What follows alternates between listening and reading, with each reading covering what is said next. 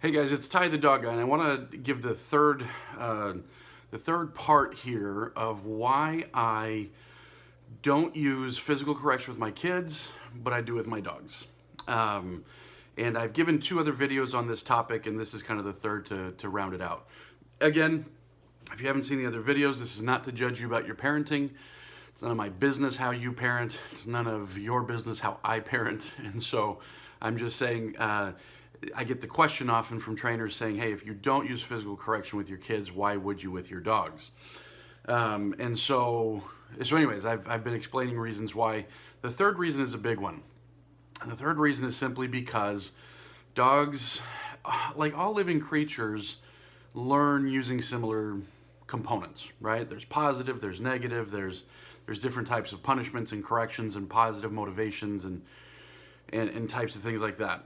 But having said that, some of those things are more powerful, more useful, depending on the individual that we're talking about.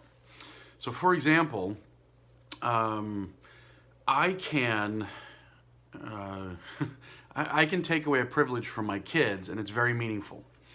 Meaning, like if they're fighting and I take away a cell phone, or I take away them staying up late, or if I take away a treat or something like that, that's very meaningful to them because of their drives and how they're put together and things like that. If I say to my dog, like there's so many folks that say, I don't know what to do.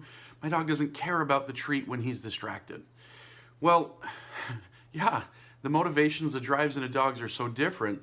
If you say, hey dog, I'm not gonna give you a treat if you attack the mailman, and the dog's like, I don't care, I'm attacking the mailman anyways, you're not gonna get very far. So in any case, it's similar with our dogs and our kids. There's so many different types of corrective measures that I can take when I'm trying to do behavior modification with my children that simply won't work with my dogs. For example, I can sit down and I can explain to my kids why something is wrong, help them realize the right and wrong of it, and something is inherently bad or inherently good or somewhere in between or whatever, and they can understand all that nuance and they can understand all of those things. They can't understand that. My dogs cannot understand that. They simply can't. As much as I'd like them to, I can't get them on that level. Dogs are also very physical in their learning patterns. If we could talk to dogs and train them, I would be out of a job like that because, frankly, it's so easy to, talk to our dogs. Everybody's already doing it. But dogs don't understand English. They don't understand how we communicate that way.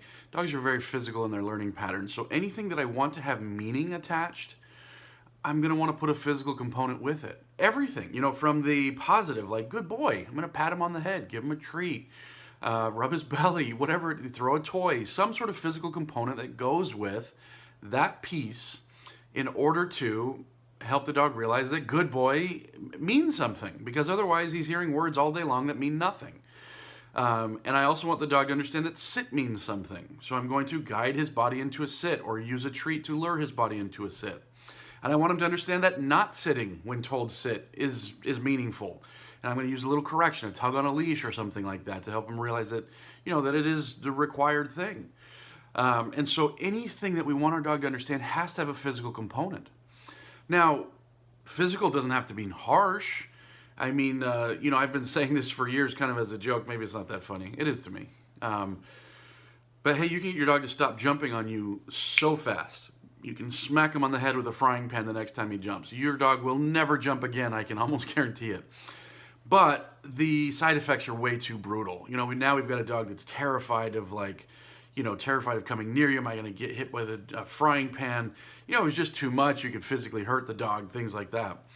And so that's where I use the correction that we use. We use squirt bottles, we use prong collars, we use e-collars, things like that allow us to do a very non-emotional correction. Just a little tug on a leash, a little light stimulation from an e-collar, something like that is not emotional. It's not, I'm angry and that's why you need to be obedient. It's simply because this is the rule. But because of how these tools are designed, I can be precise with my timing.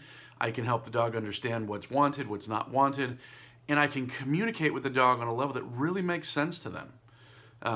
That really does. helping them realize what's good, what's not good. Dogs need that physical component. If you absent that physical component, if it's not there, anything that you try to teach will be diminished greatly in many cases. You could maybe teach a dog to come with the tone, like no physical, just with a happy tone. Be like, "Hey, come here, boy," because dogs are tonal, as in addition to being physical. They really pick up on tone.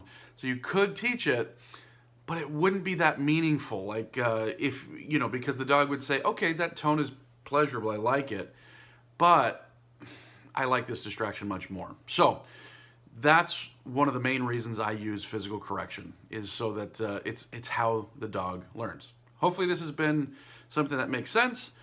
Let me know in the comments if you have any questions, or give us, look us up at tietheDogGuy.com.